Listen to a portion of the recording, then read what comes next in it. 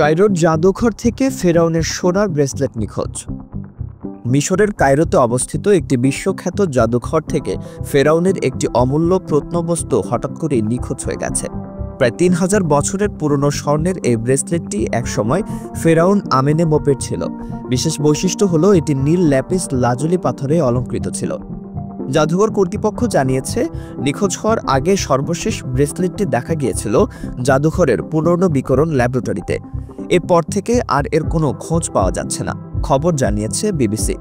ঘটনার পরপরই মিশরের পর্যটন ও পুরাকীর্তি মন্ত্রণালয় এক জরুরি বিবৃতি দিয়েছে।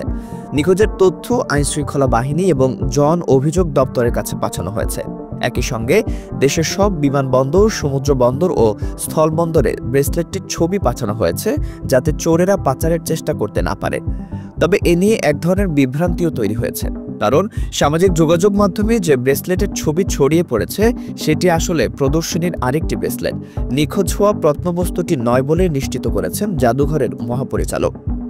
ঐতিহাসিকরা বলছেন, ব্রেসলেটটির মালিক ফেরাউন আমেনেমপে মিশরের ২১তম রাজবংশের শাসক ছিলেন। খ্রিস্টপূর্ব ১০৭৬ থেকে ৭২৩ সালের মধ্যে তিনি শাসন করেন। প্রথমে তাকে সাধারণ কক্ষে সমাহিত করা হয়েছিল, তবে পরবর্তীতে শক্তিশালী শাসক প্রথম পোসোসেনেসের পাশে দ্বিতীয়বারের মতো দাফন করা হয়, আর তার সমাধি আবিষ্কার হয়েছিল ১৯৪০ সালে।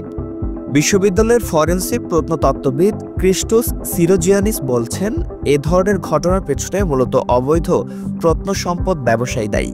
তার মতে ব্রেসলেটটি হয় পাচার হয়ে যাবে, নয়তো গলিয়ে ফেলা হতে পারে। আবার সম্ভবত কোনো ব্যক্তিগত সংগ্রাহকের কাছে চলে যেতে পারে, কিংবা হয়তো কয়েকদিনের মধ্যেই জাদুঘরের আশেপাশে ফেলে রাখা অবস্থায় এটি উদ্ধার হবে।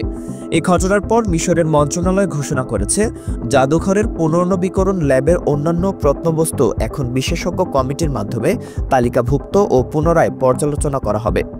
আপনার কি মনে হয়, এই প্রাচীন ফেরাউনের ব্রেসলেট কি পাচার হয়ে যাবে, নাকি অচিরেই আবার উদ্ধার হবে?